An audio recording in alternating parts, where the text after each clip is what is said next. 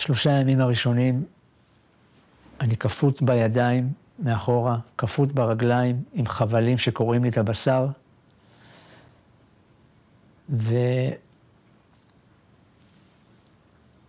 וקצת אוכל, קצת מים ביום. אני זוכר שאני לא מצליח להירדם מהכאבים, כי גם החבלים כבר בתוך הבשר, וכל תנועה אתה רוצה לצרוח, וגם אתה כפות עם ידיים מאחורה, אז הכתפיים נורא כואבות, ושום תנוחה לא מספיק טובה. ואז יש רגעים שאתה פשוט מתעלף. אתה מתעלף, אתה מאבד את ההכרה, מתעורר אחרי 2-3, והכאבים ממשיכים.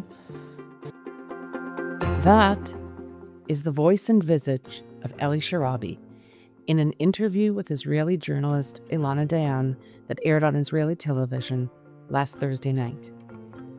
Each survivor who returns alive from Gaza convulses this country afresh. But Sharabi, I believe he has been the proverbial final straw after an onslaught of devastating testimonies from the hostages who have been in Hamas captivity since October 7, 2023. Sharabi has become the catalyst for a moral awakening in this numbed nation. His journey has also had a significant impact on so many, including President Trump. On Monday, tomorrow, Eli Sharabi, along with 2 other as yet unnamed survivors, will be flown to Washington, D.C. to meet with President Trump on Tuesday. The president watched a 5-minute clip of a 1-hour interview that went viral with subtitles, and that was it. It is impossible to watch it only once. It is impossible to forget it. I watched the entire 1-hour interview when it was broadcast last Thursday, and I don't think I'll ever be quite the same. Last Thursday, when the Sharabi episode of Uvda, Israel's equivalent of 60 Minutes, when that episode was broadcast, a shock surged throughout this country.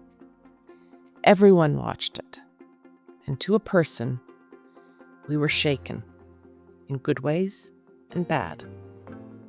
We were shaken not just by the horrors Sharabi described, but also by the dignity, the decency that this tortured man radiates.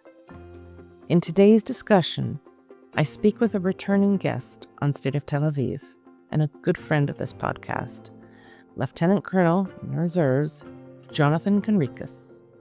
He also serves as a senior fellow with the Washington, D.C.-based think tank, FDD, and he's a frequent media commentator and sought-after speaker on every continent. In fact, Jonathan Conricus had just returned from a successful speaking tour in Australia before jetting off last night to the United States. We were lucky to catch him standing still. Israel is a nation obsessed with hostages and this grinding war that we must win. And how we reconcile those 2 conflicting aspirations is the current dilemma. I am recording this on Sunday, March 2nd, in the afternoon, Israel time, which is 9:30 a.m. Eastern Standard Time. Good morning to you.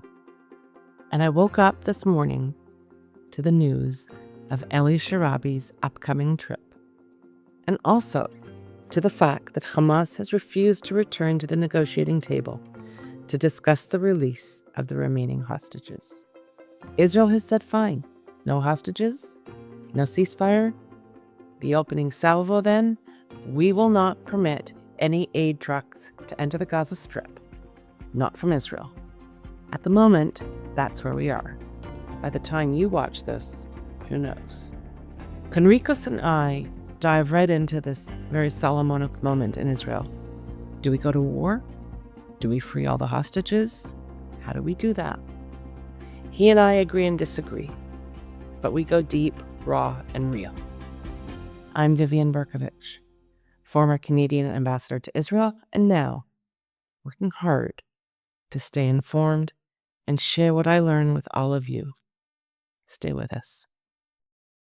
Lieutenant Colonel Jonathan Conricus, Saturday, March 1st. In Israel, it's wonderful to see you. Thanks for making time to speak to State of Tel Aviv before you jet off yet again to do another speaking tour in the States. How are you? Yep, I am well as can be. On a personal level, great.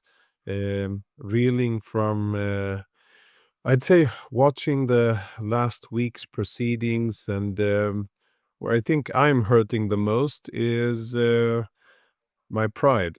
It is seeing Israeli men and women manhandled around and told what to do, like mannequins on a stage, by these Hamas thugs. And the mere fact that Hamas is still there to run media events, it is infuriating. I am enraged by it. And every testimony I hear from hostages, just a few days ago, yesterday it was actually, I listened to Eli Sharabi, this role model of a person, this absolute hero. Yes, tell his story on Uvda with Ilana Dayan. A lot of mixed emotions, a lot of tremendous sadness for the fact that our people had to endure this, rage at the tremendous military and intelligence and political failure that led to this, and the tremendous strength that we see people like Eli display, but he's not the only one. After enduring this horrible torture in Hamas captivity for so long, to come back, dust himself off, and get into the fight to get all of the hostages back, and to educate people of what he endured with very little filters, very little self, very exposed. And to do that, I watched it in its entirety, and it was just, I think, an essay of courage and human spirit. It reminds me of, reading books of survivors after the Holocaust, and people who were able to keep their integrity and honor, and who remain humans after such an ordeal. So very mixed emotions, and bottom line, what really challenges is that I know that we are far from out of the woods. There's still a lot of fighting to be done, and this is a ceasefire, but it's not the end of the war here. Absolutely. And I want to just pick up for a moment before we delve a little further into this very complicated moment, militarily, diplomatically, and psychologically in Israel. I too, of course, watched the Uvda, which for our viewers is the equivalent of 60 Minutes in Israel. And it was only Only better. better, not biased towards Palestinians like 60 Minutes so many times is. Fair enough. But, in the heyday of 60 Minutes in the 70s, when I watched it more religiously, and the 80s, 60 Minutes, Nightline, the great era of the best of American television before the decline began. The Ilana Dayan Uvda interview was extraordinary for so many reasons. But when she began, you'll recall, she asked him at the beginning, "Why are you doing this?" And he sits there and he still looks like a shadow of the man he was physically. Yeah. There is so much seared into his face and his eyes. And he said, "I'm doing this for Alon." Alon Ohel is a 24-year-old young Israeli man who was at the Nova Music Festival. And he was held with a group of men, young men in their 20s. Eli Sharabi, of course, was the eldest. And he said that he and Alon formed this immediate, intense bond. They were all very close, these men. But he speaks of Alon now as a father with a son, and this incredibly intense responsibility he feels towards him. The heartbreaking separation when they took Eli to release him, and Alon was still being left, I believe, with Omer Enkert, one or two other people who have since left, and Alon is all alone. But Eli said Alon was hysterical, crying for 15 minutes, and the Hamas thugs had to peel Eli away from Alon, and he said it was the most heartbreaking thing and moment for him, and he promised Alon, "I will not leave you behind." And he says, "I speak for all of them, but I am here for Alon." Eli Sharabi, of course, spoke so eloquently about so many things, and I hope that someone soon puts subtitles on the entire interview because it's really important. But you mentioned also that it's just this incredible testament to human dignity, the will to live, and of course, for all of us, in part because of his cadaverous appearance when he was released, and which, even though he's put on some weight, persists, reminds us all of the photographs and images at the end of the Holocaust. And I have to say that as Eli Sharabi spoke, I, of course, was thinking of Viktor Frankl's brilliant, slim volume, Man's Search for Meaning, which, if I can be reductionist for a moment, reduces to this. He, of course, was a psychiatrist who survived the Holocaust, survived Auschwitz, and wrote this book that's been one of the most impactful in my life because he tries to answer the question, what causes people to persist? Why do they not just despair and give up? And there's always something that motivates. It's like programmed into our DNA for survival, something that motivates the human being to want to make it to the next moment, whatever Yeah, small that is. And Ellie talked about that, of course, in terms of the ravenous hunger that he said he couldn't explain, but even the possibility that they might throw a dry, horrible fig at him was enough to live for the next moment. And then he comes out of captivity and learns that his wife and daughters were murdered, and he'd hoped all this time, that was his greatest hope and motivation to make it through that horrible 500 days, whatever it was, more or less. And now, what motivates him? Alon. yeah, is to get his fellow hostage out, and the what I hope to be wrong, but the tragic, horrible reality. If we ascend down from big philosophical topics, the meaning of life, human nature, resilience, and the ability to perform, I think, amazing feats of survival as embodied by Sharabi. If we look at the current situation, negotiations, as we are speaking, they appear to have to have stalled, and Hamas is hardballing.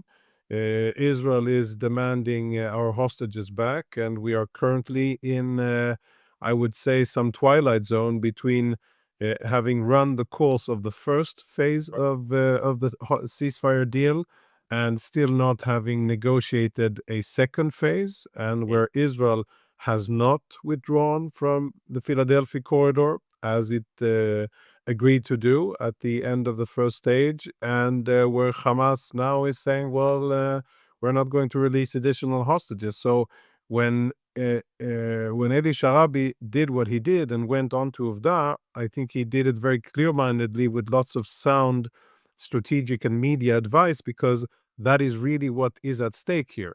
It appears that we are at that fork in the road where Israel has to make that decision. Do we continue and try to get the remaining Israeli hostages home? At what price? Or is it that we go back to fighting and actually dismantle, eviscerate Hamas, as we haven't done over the last year and a half? And of course, sadly, probably what it means for Alon and 58 additional Israeli hostages, out of whom we suppose that 24 are alive. What we can assume is that this would be extremely fatal, could be fatal for those hostages if we go back to fighting. And I think that's really the dilemma that we are now. It's really coming to the fore. And I personally believe that this appearance by Eli Sharabi can have strategic consequences, and that leaders on the Israeli side listened, and it may, move the needle. Bottom line, the sum of the situation is we still haven't achieved what we need to achieve against Hamas.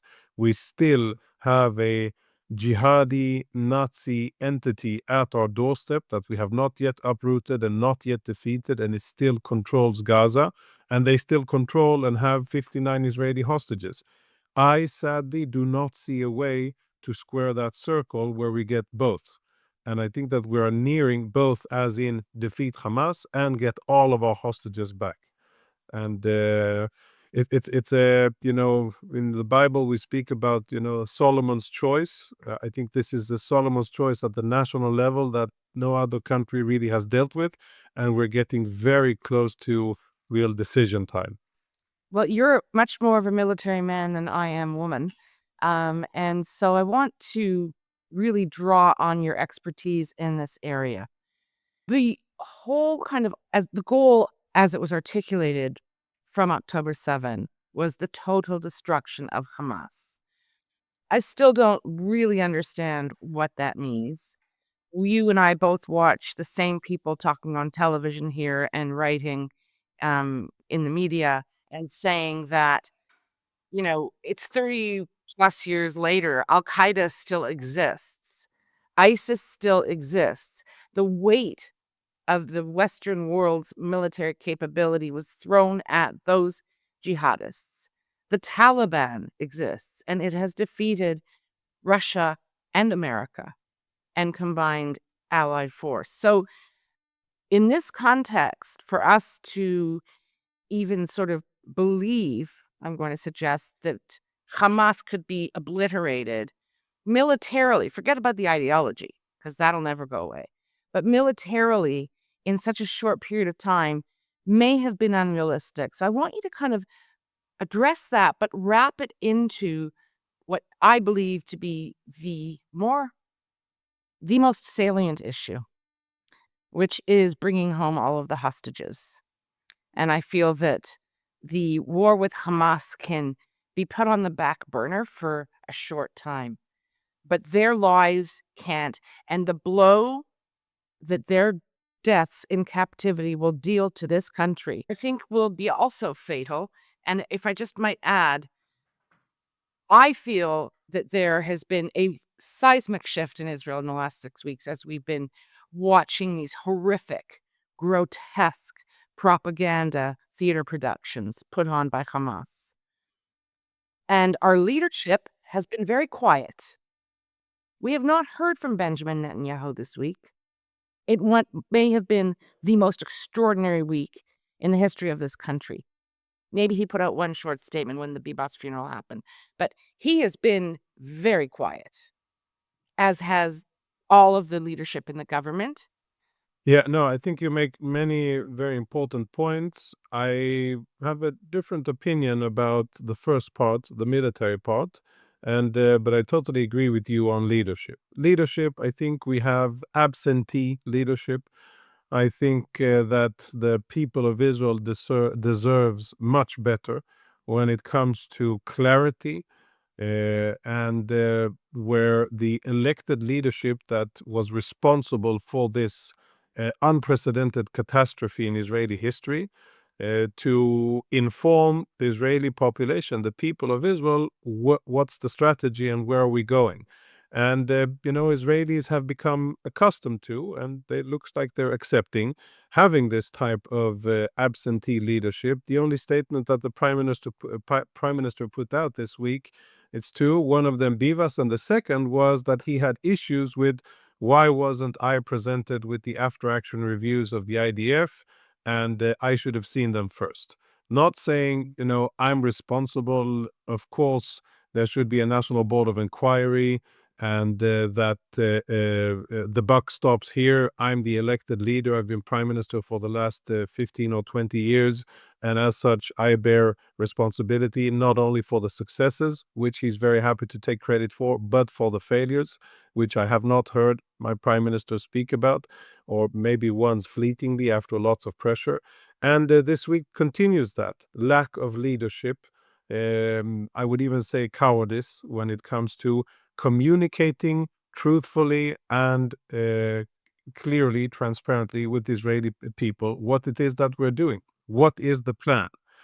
That is one thing. But setting that aside, and sadly, I think we're used to, we're, some processes in Israeli society were coming a little bit similar to Lebanon, a failed state to our north, which is used to not having leadership, which is used to not having strategy, which is used to petty politics governing the future of that country. We're not at all as far off, and we have a beautiful, strong people which is united, which is patriotic, which cares, and that I think is the main difference. But in terms of leadership, failing.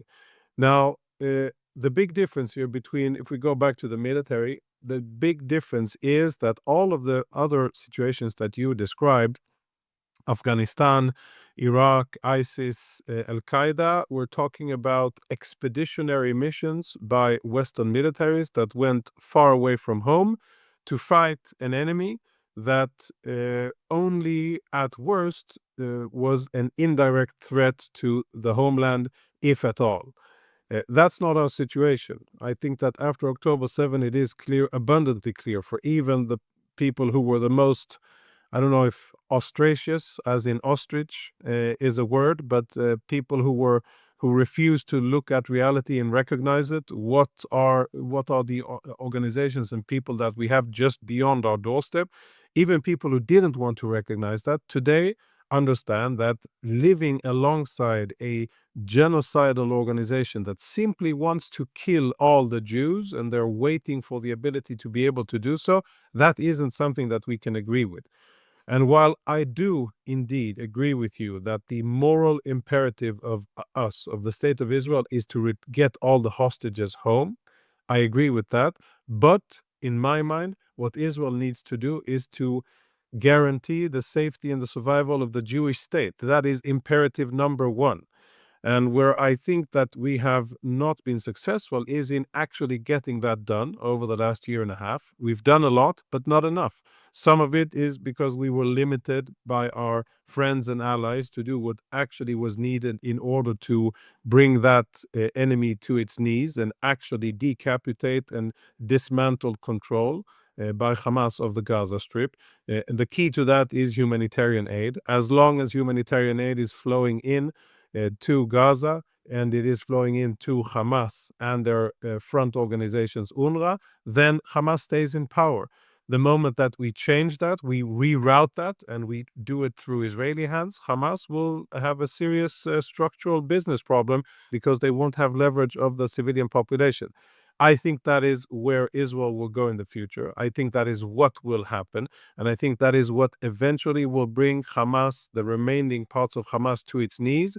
And I think that is why Hamas will be destroyed. And we'll be able to look back at this podcast and this time in history, maybe a few years from now.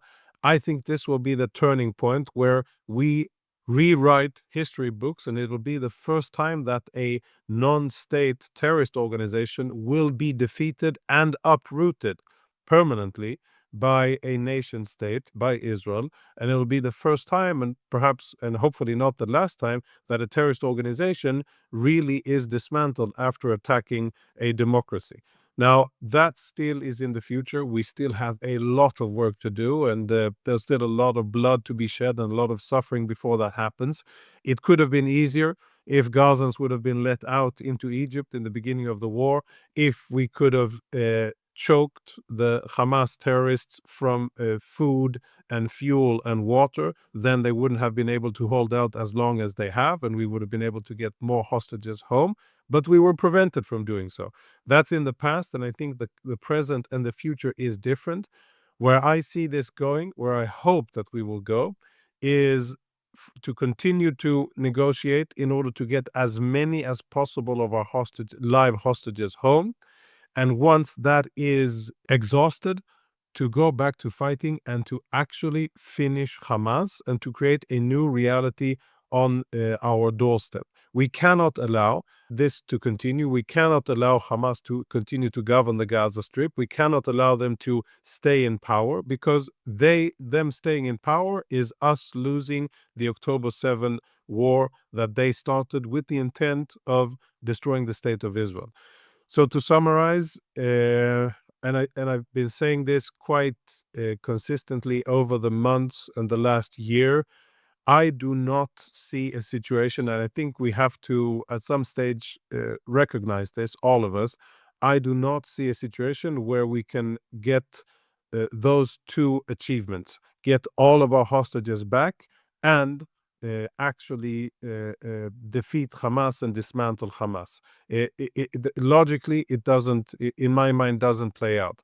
And from my perspective, as much as my emotions are connected to getting all of the hostages back, and as much as I think it is our moral imperative, at the end of the day, we will have to make a tough choice. And I think the future of the state of Israel and the future of many more Israelis will force us to go back to fighting at some stage, and to do it in such a decisive way that forever, or for generations to come, rids us of the threat from Hamas. I know that will be difficult, and I know it will be very challenging and very painful for all of us this period of time, but that is what is beyond the corner, and that is where we're going.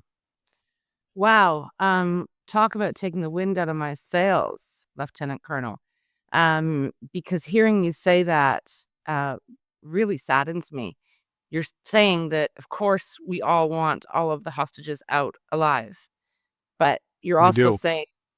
you're also saying you don't see a scenario in which that comes to pass realistically, correct? If I can.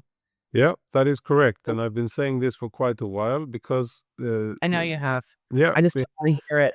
no, and I don't like saying it, and I would love to be totally wrong. I would love for us to magically get all of our hostages back live, and the murdered ones, bury them and get on with life, and for Hamas to evaporate, and for benign Palestinian international leadership to swoop in and fix the age-old problem called Gaza for us. But I don't think that's going to happen. We're going to have to do it ourselves, and it's going to be an imperfect situation where I don't think we're going to have all of our hostages back. And the fight is, we should fight for as many as possible. I look forward and I look at the whole issue of hostages. I'm going to write about this. I'm in the process of writing about it, but I think that if we look beyond the trenches that we're in now, and we think about, okay, how do we continue to live in this very bad neighborhood where our ancestral homeland is, without again being subject to whatever terrorist organization or nation state like Iran doing this to us in the future, hostages.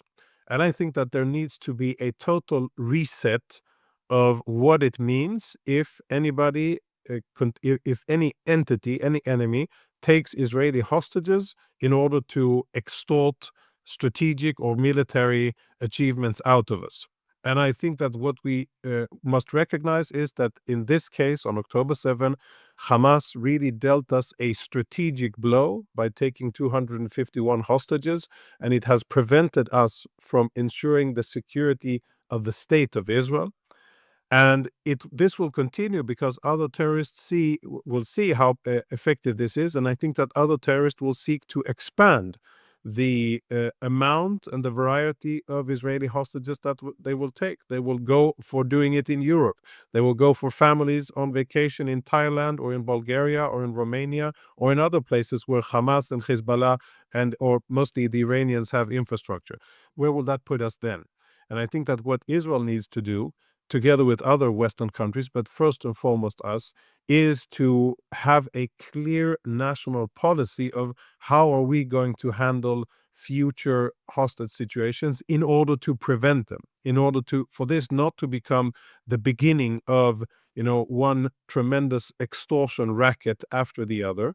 But in my mind, what we have to do is to signal to all of our enemies that if you dare take Israeli hostages, we will use knowingly disproportionate force that is totally disproportionate to the amount of Israeli hostages taken against whatever entity that takes our hostages, whether it's a nation state or a terrorist organization. And we will use disproportionate force because we are not going to negotiate. We are not going to be brought to our knees. We are not going to allow enemies to take hostages and dictate strategic events of national importance. And if anybody takes hostages, then the price that they will pay from the beginning will be a monstrous price in human life, including people that are not directly involved in the fighting, in national infrastructure, and in anything else that supports that entity that took it. So if this plays out in Iranian terms, if the Revolutionary Guard goes into Thailand and takes an Israeli family hostage and brings them to Iran and then tells Israel, now let's negotiate about whatever Israel is going to do, then this should mean 10 oil refineries going up in the air. It should mean assassination of Iranian leaders. It should mean infrastructure that goes up in the air, and it should be disproportionate. Otherwise, this will continue. And if there's any big takeaway from the horrible events since October the 7th, looking forward in the coming years ahead, I think that terrorists will try to amplify or emulate what Hamas did because they see the tremendous strategic benefits that they're getting from it. They know how sensitive we are to it, and we've seen Hezbollah do it in the past. Hamas has done it now. And if we don't stop it, then we will continue to suffer from this tremendously. And I think it is in our long-term strategic need to change that balance and to do it abruptly and clearly. And yes, it will be painful, but otherwise we're not going to get out of it. I very much look forward to reading whatever it is you're writing with respect to the whole hostage issue. I expect it'll, as you suggest or hint at, deal with strategy and policy going forward. And it's interesting because what you're addressing is the taking of civilian hostages, because 99% of those who were taken alive on October 7 were civilians. You can count the number of live soldiers on one hand, and they remain in captivity. And so you're looking forward and saying, we need to get on our feet, establish policy, and move forward in a very determined way. In a nutshell, what you're saying is establish a deterrent, a strong, very clear deterrent that our enemies will be aware of. Because as I shared with you before we started, I was in Tel Aviv yesterday for a matinee performance of a play at Habima Theater called Golda. Really, really good play. And it was eerie, the absolute parallels in many ways between what went on, of course, with the outbreak of the 1973 war. Moshe Dayan seeming to have a kind of breakdown and just wanting to go fetal and walk away, and Golda saying, no, you're in this with me.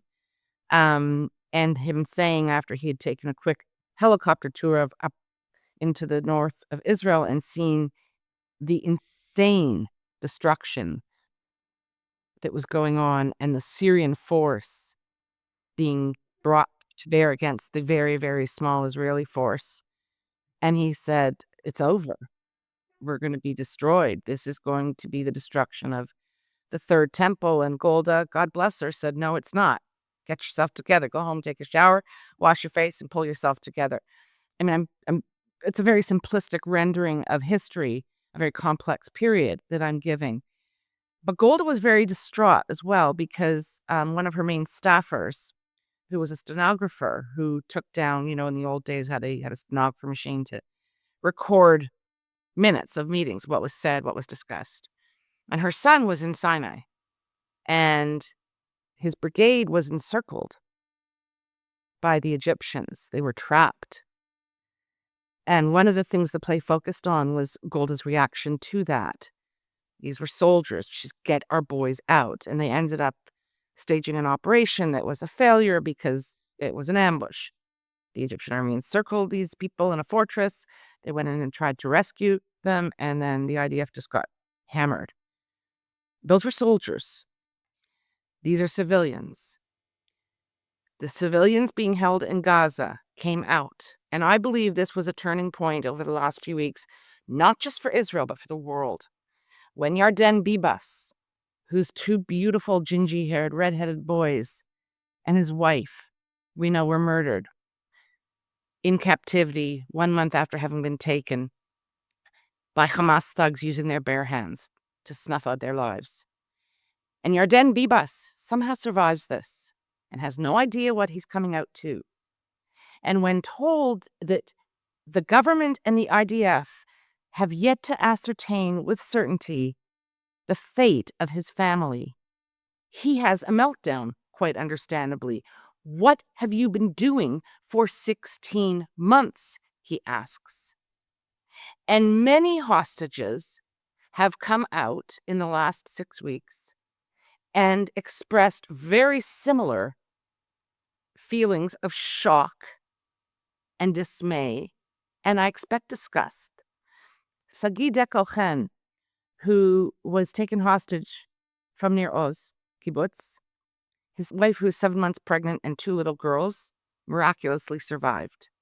And he was released also in the last 6 weeks. And he addressed Prime Minister Netanyahu very directly in a phone call. And he said, "How is it that you have not been to that kibbutz? How is it that you have not faced this incomprehensible trauma for the nation?"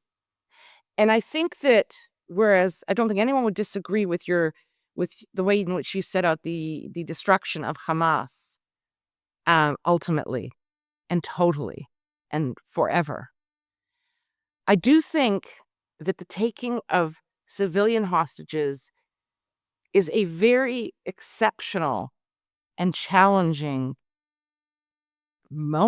experience for a country. And I think it's shaken this country, even on the right, to its core. And you know what the other thing was that they all expressed disgust with? And Sharabi said this in the interview. How is it that there's been no inquiry? How is it that the same senior army officials are still in uniform? On Thursday, the self-investigation of the IDF on the absolute disaster of October 7th. They investigated themselves, and they released the report, and they had parents come to receive the report at a special session in Glilot, which is a big army base just north of Tel Aviv. And that was on Thursday. And then on Friday, there was media coverage.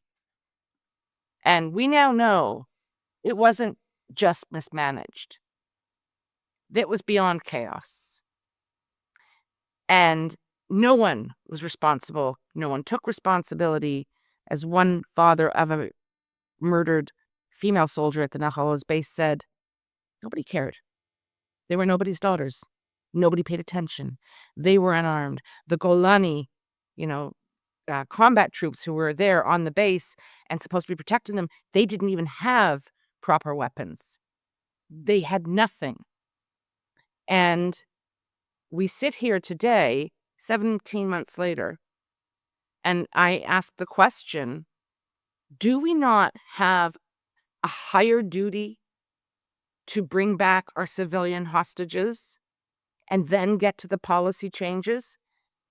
And do we not, of course, have the highest duty to the nation to have a full, unfettered state commission of inquiry, just as occurred following the 1973 war, and which, of course, led to Golda Meir's resignation as prime minister?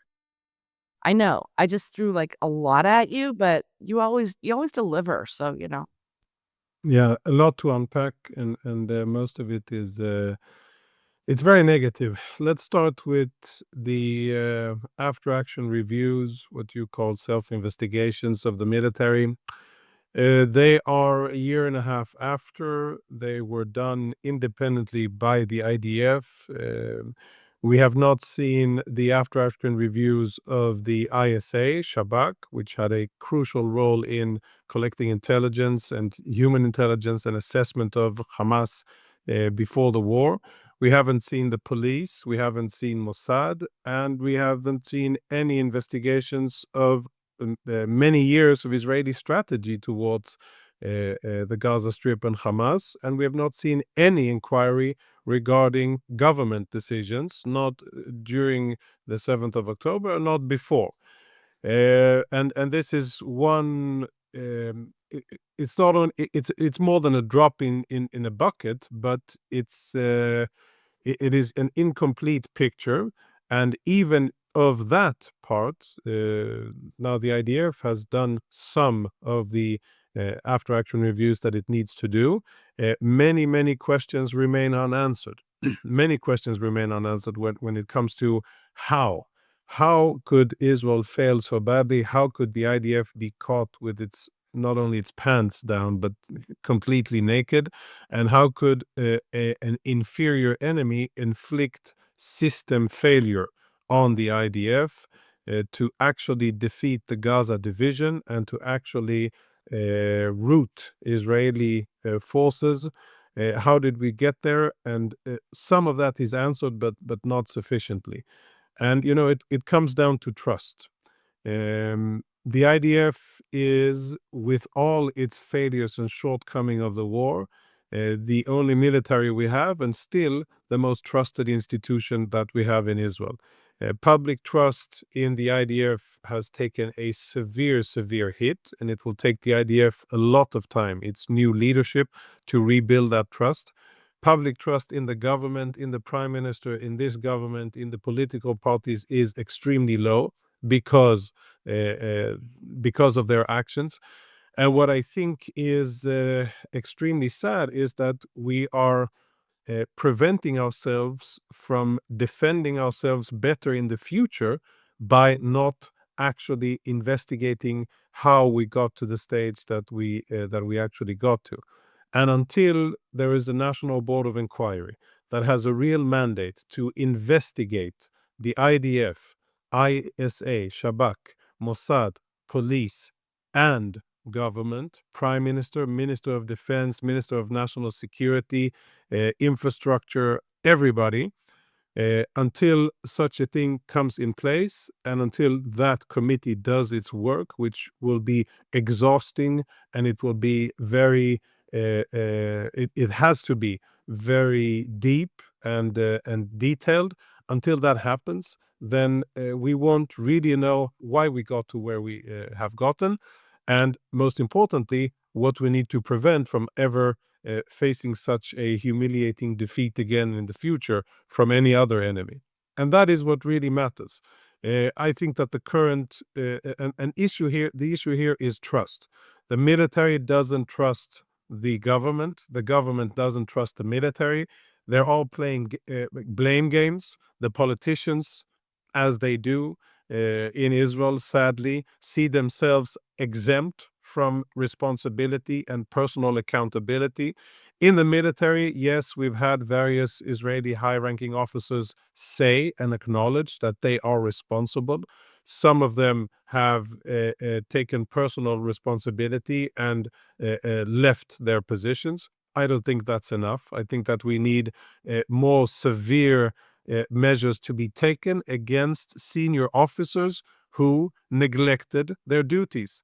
An officer like the head of Israeli military intelligence, two-star General Khaliva, in my mind, bears tremendous responsibility for the failure to foresee and to prevent this attack. The commanding officer of Southern Command, tremendous personal responsibility. The commanding officer of the Gaza division, a one-star general. All of these officers, I think it goes beyond. It's not enough to say mea culpa and to vacate the premises, but I think there should be a prosecution because the failure was so magnanimous, the recklessness and the failure, the mission failure to defend the very core, to defend Israeli civilians and to defend Israeli territory, they failed. And I think they should be held accountable, not only to say, well, yes, you're going to walk with this tremendous sign of shame for always, but that isn't enough. And I would want to see proceedings against them. And of course, with our reckless and absentee politicians, prime minister, defense minister, previous chief of staff, previous defense ministers, many who were part in designing this whole concept, the paradigm of thought that dictated how we operated, they should be held accountable. So where we are at now is, just one step.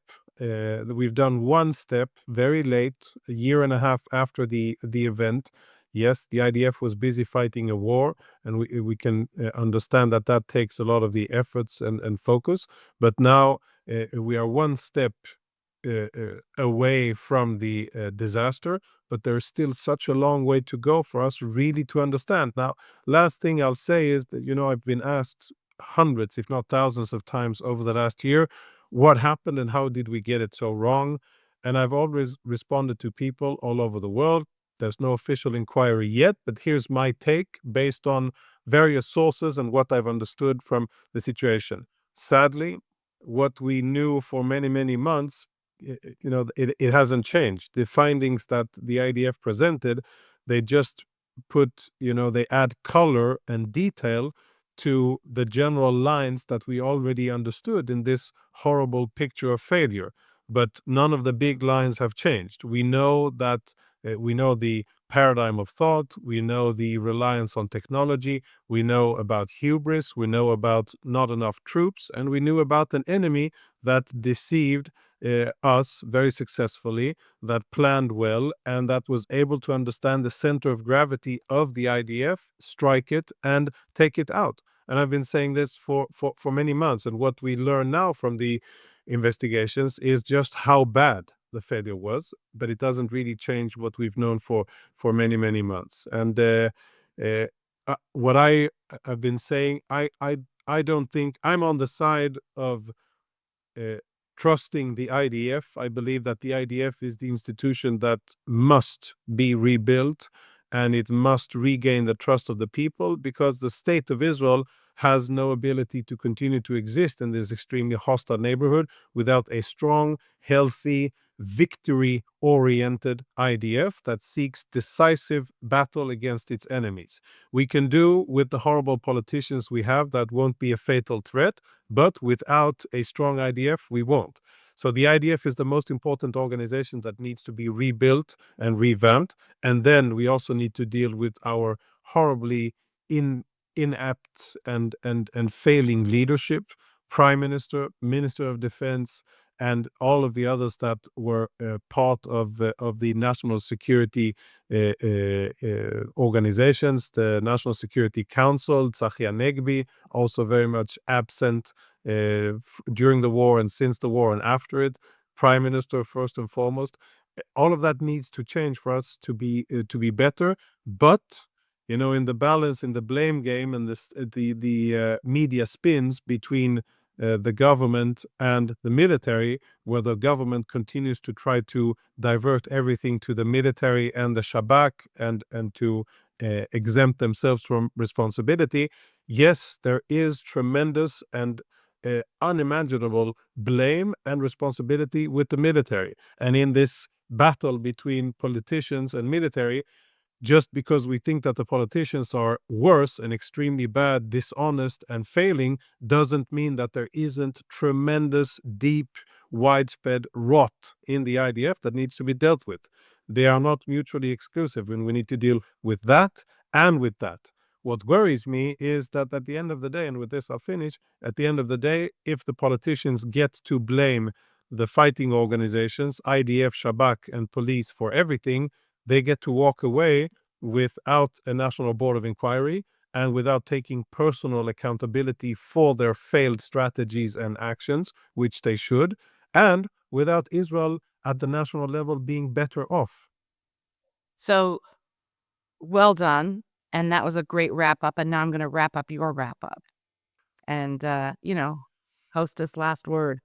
I think that the problem, yes, we need a strong IDF, and everyone understands that. The problem is what many are calling the class of October 6th officers, who are so invested in their very poor management and interpretation for a long period of time. And that fundamentally is the containment strategy, the approach to Gaza that said, keep them happy, throw them, a few shekels now and then, and they're just as interested in the well-being of their people as we are in ours. That was such a disastrous assumption that is embedded in everything this country did, politically, militarily, in terms of intelligence. So I think that the idea of all of these same people who had a lot vested in this very flawed paradigm and decision making, to leave them in place for so long after October 7th, in my view, has been very wrong-headed. But that's the way it is. And now they're starting to go, and I'm going to close with some reflections with respect to Sharabi and others, because I think that when these people walk out of that hell and tell us we should listen, and Eli Sharabi was disbelieving, shocked. You could just see it. He didn't know how to react when Ilana Dayan, the interviewer, said, well, there hasn't been an inquiry, and many say that'll just be a political witch hunt.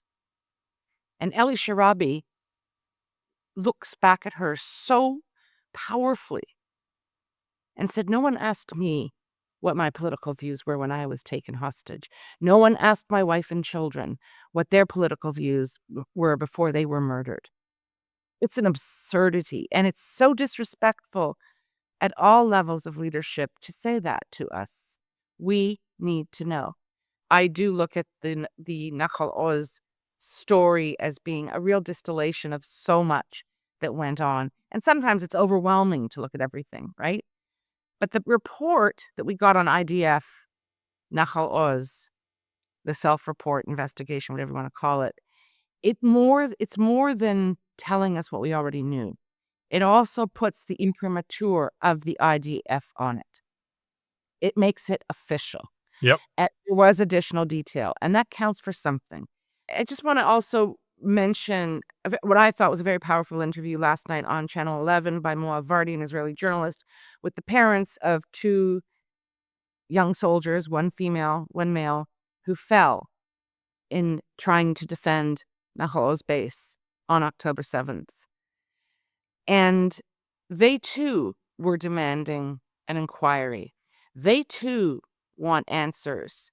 And the mother of the male soldier who fell as a hero, she said, I'm just not impressed by people taking responsibility anymore because I look at the consequences. I don't even know what that means. They're still in office. They're still in uniform. And what I took from that was it's an affront. It's an affront to every single person living in this country. It's an affront to every good soldier, to every family that's made so much sacrifice, that this is not addressed. I personally, you have your mission, I have mine, and I will do everything I can to work with those who are trying to bring about a state commission, a full state commission of inquiry, because I don't see a way forward without that reckoning and accounting. And on one final note as well, I agree with you that we should be focused on establishing deterrence, of course, with respect to attacks on Israeli civilians and soldiers. But the level of responsibility and the dereliction of duty that went on for so long at such high levels demands more accountability than I take responsibility. See you later. I'm going home. This is next level. And I see you nodding vigorously, so that means we agree. And it's probably a great time to wrap up. Yep. Thank you so much for your time, as always, and insights. And I always say the same thing. I could do this all day, but got to go eat lunch. Yeah. Thank you, Vivian. Thank you, and safe travels. Thank you. We leave you with the full 5-minute plus clip of Eli Sharabi speaking with Ilana Dayan, the clip that has gone viral. Thanks for being here. Please support our work. Subscribe, ring the bell, comment, engage. I hope you are enjoying our fabulous new surroundings. This is the beginning of the new studio, and it's my first day, and yeah, it's a little overwhelming. Lots of machines and gadgets and things to do, but I'm getting the hang of it. So again, thanks for being here. See you soon. I'm dropping some great material from my recent trip to Germany and the surging anti-Semitism there. So enjoy your Sunday, and until next time, signing off from my home on a kibbutz in the beautiful Western Negev in southern Israel. If you haven't been here, you should go. More than a few of our subscribers, just before I sign off, have written to me asking for more content. All of it. The written, the podcast, this visual podcast, and I'd love to oblige. So I'm going to do it again. I'm going to ask our loyal readers and viewers to please consider supporting our work with a paid subscription. I know, but every person makes a huge difference. stateoftelaviv.com, all one word, takes you to the website. You can subscribe. It'll take you 2 minutes, and it will help us to bring you more of the content that you so value. Thanks again. Have a good one. בשלושה הימים הראשונים אני כפות בידיים מאחורה, כפות ברגליים עם חבלים שקוראים לי את הבשר,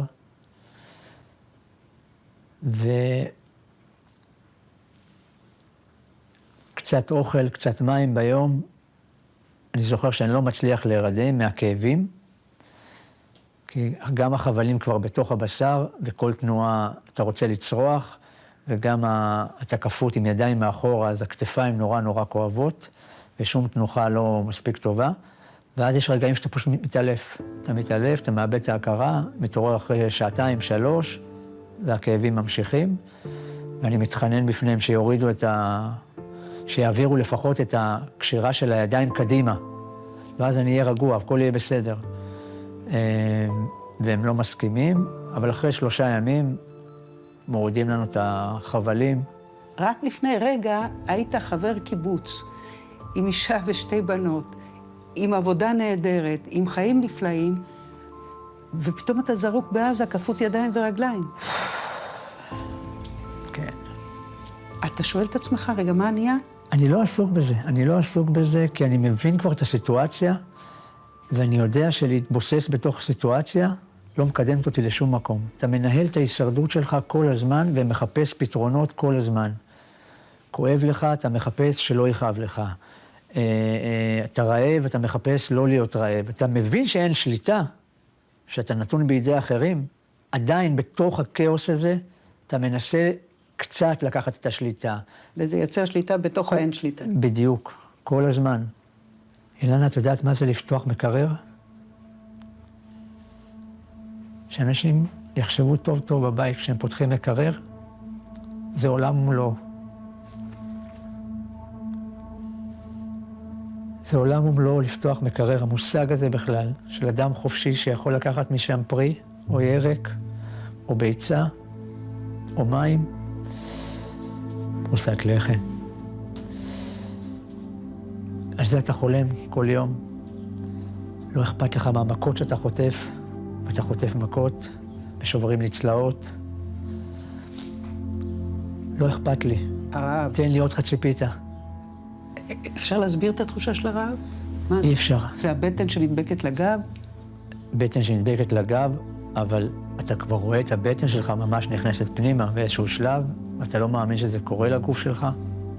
בתקופות הגרועות זה אומר שמה אוכלים? בתקופות הגרועות אוכלים פעם ביום קערת פסטה. וזה האוכל לכל היום? שזה 250-300 קלוריות. ליום? ליום, שזה 10 ממה שאני צריך. ואם זה קורה יום, יומיים, זה לא נורא. במשך 0.5 שנה אנחנו אוכלים את הכמויות האלה. 0.5 שנה, יום-יום. כשאתה מבקש עוד משהו ופתאום זורקים עליך איזה תמר יבש, זה נראה לך כמו הארוחה הכי טובה בעולם. כל דבר כזה זה הצלה. ולמה החלטת להתראיין, אלי? פשוט באמת, באמת, באמת אסור להשאיר אף אחד שם מאחור. כל דקה, אני זוכר כל דקה במנהרה, שאנחנו אומרים אולי היום, אולי היום. נשאר שם ילד שפגשתי לפני 1 וחודשיים, אחרי 50 יום בעזה. אלון אוהל. אלון אוהל. והוא נכנס לי ללב, מבחינתי אימצתי אותו מהרגע הראשון, תמכנו אחד בשני. 24/7 ביחד. כל דבר אני יודע עליו, על המשפחה שלו, כל תאריך, כל תחביב של אחותו, של אחיו, של ההורים שלו, הכל אני יודע. איך אפשר להשאיר אותו מאחור? ואתה יודע שהוא בעצם עכשיו אחרון במנהרה הזו. אחרון. זה נורא קשה להישאר לבד. כשהיינו עוד 4, עוד זה נותן לך כוח. יש לך עם מי לדבר, יש לך עם מי לקום בבוקר ועם מי לישון בלילה. אז מנקודת מבטו של אלון, הייתם 4, 2 שוחררו, אתה ואור, ואז שוחרר אליה בשבת שעברה. אני לא יכול לדמיין את הרגע הזה. לא יכול לדמיין. ביום שאני עוזב, המחבלים קוראים אותי ממנו, הוא פשוט מסרב לעזוב, תפס אותי.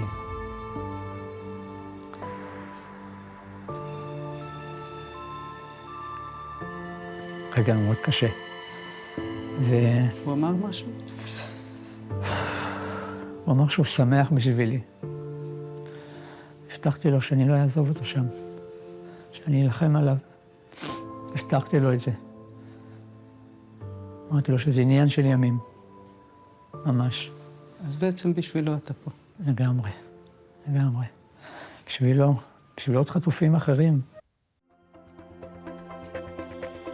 We love hearing from you, so please comment on our website, stateoftelaviv.com, or send us a note to hello@stateoftelaviv.com. On behalf of the State of Tel Aviv core team, Jan Zabo, our creative, graphic, visual, and marketing man, Amir White, producer and editor extraordinaire, sound guy, who is also impressively patient with me and my boomer tech deficiencies, and our social media manager who pitches in on everything, Maya Naftalin. Thanks to the team. Thanks to you for being here. We'll be back soon.